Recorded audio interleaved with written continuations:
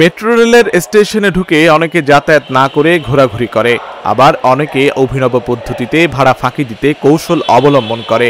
মাসের পর মাস ভাগ হয়ে বিনা ভাড়ায় ট্রেনে ভ্রমণ করে যাত্রীদের সংঘবদ্ধ একটি চক্র। গড়ে প্রতিদিন মেট্রো রেলে যাতায়াত করেন 4.5 লাখ যাত্রী। এত মানুষের ভিড়ে সংঘবদ্ধ একটি চক্রের সন্ধান পায় মেট্রো রেল পরিচালনার দায়িত্বে থাকা Dhaka mass transit company limited DMTCL, যারা বিনা ভাড়ায় যাতায়াত করছে মাসের পর মাস এমন একটি চক্রের সন্ধান পায়। DMTCL সূত্রে জানা যায়, অভিনব কায়দায় ভাড়া ছাড়াই যাতায়াত করছিল একটি দল। এজন্য শুরুর স্টেশনে থাকে একটি দল, আরেকটি দল থাকে গন্তব্য স্টেশনে। কার্ড ব্যবহার করে স্টেশনে প্রবেশের 5 মিনিটের মধ্যে বেরিয়ে গেলে কোনো ভাড়া দিতে হয় না। এই সুযোগ নিয়েই বিনা ভাড়ায় যাতায়াত করছিল চক্রটি। তবে বিধিবাম 20 অক্টোবর থেকে এই ফাঁকফোকর বন্ধ করে দিয়েছে কর্তৃপক্ষ।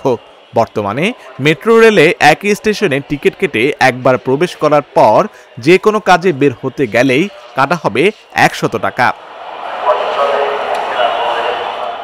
বৃহস্পতিবার ঢাকার শাহবাগ মেট্রো রেল স্টেশনে গিয়ে দেখা গেছে, স্টেশনের প্রবেশ পথের কাছেই এ ধরনের নোটিশ টানানো হয়েছে। এই সিদ্ধান্তে যাত্রীদের মাঝে তৈরি হয়েছে মিশ্র প্রতিক্রিয়া। আমার মতে যে 20 টাকা বা 25 টাকা হলে যে একটা জরিমানা ঠিক আছে, ওকে, এটা কারো গায়ে লাগে না।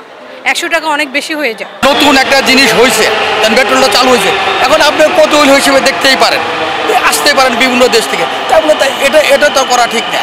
এটা যথাযথ। এখানে জ্যাম সৃষ্টি করা অবশ্যই আমাদের যারা আমাদের প্রয়োজনের জন্য যারা যাতায়াত করি তাদের জন্য এটা ভোগান্তি। ঠিকই তো আছে, নাহলে মানুষ তো উপরে যা বসে থাকে, ভিতরে ঢুকে বসে থাকে, উপরে ঢুকে বসে থাকে, ঠিকই তো আছে, কেন করবেন এটা?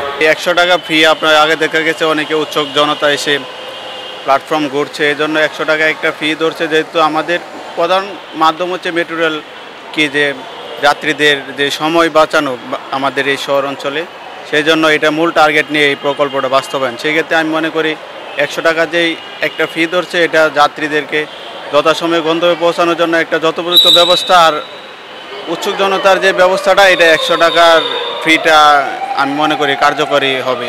এতদিন কোনো যাত্রী কার্ড স্ক্যান করে স্টেশনের ভেতরে যাওয়ার 5 মিনিটের মধ্যে বেরিয়ে গেলে তাকে কোনো ভাড়া গুনতে হতো না।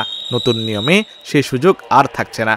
মুষ্টিমেয় অপরাধীদের জন্য বিপুল সংখ্যক যাত্রীদের ভোগান্তি এড়াতে জরিমানা সিদ্ধান্ত বাতিলের দাবি জানান যাত্রীদের কেউ কেউ। আশিক আরেফিন, ঢাকা জার্নাল।